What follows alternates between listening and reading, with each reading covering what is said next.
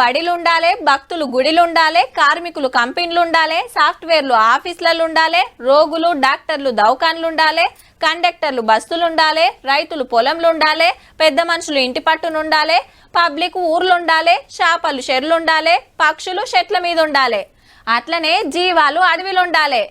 ఎక్కడ ఉండాల్సిన వాళ్ళు అక్కడ నిమ్మలంగుంటే ఏ తిప్పలా ఉండదు. అటోళ్ళు ఇటోళ్ళు అటు పోతేనే పరిశాన్ ఉంటది. ఇంతకు ఎవరు ఎటు పోయినరు ఎటొచ్చిండ్రు అని అంటారా? చూడండిగా.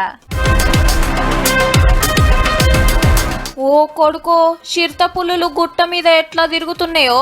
నారాయణపేట జిల్లా పేదిరిపాడు తండా గుట్టల అడ్డా పెట్టినాయి తల్లి చిరుత 2-3 పిల్ల చిరుతలు. ఆగో ఎట్నుంచొచ్చి అందుకుంటాయోనని పబ్లిక్ అంతా గుంపులుగా రోడ్ల మీదకి వచ్చిండ్రు. రాత్రిపూట అయితే ఇంట్లోకెళ్లి బయటికి రావాలంటేనే గజ్జుమంటున్నారు.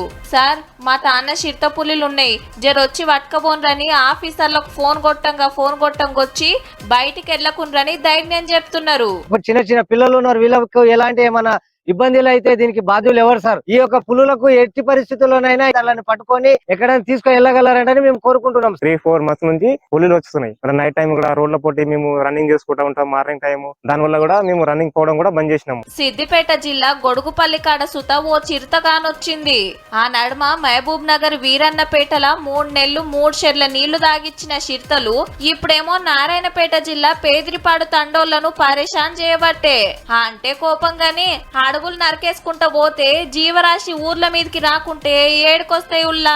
మనం వాటి జాగలకు పోతే అవి మన జాగలకు వస్తున్నాయా?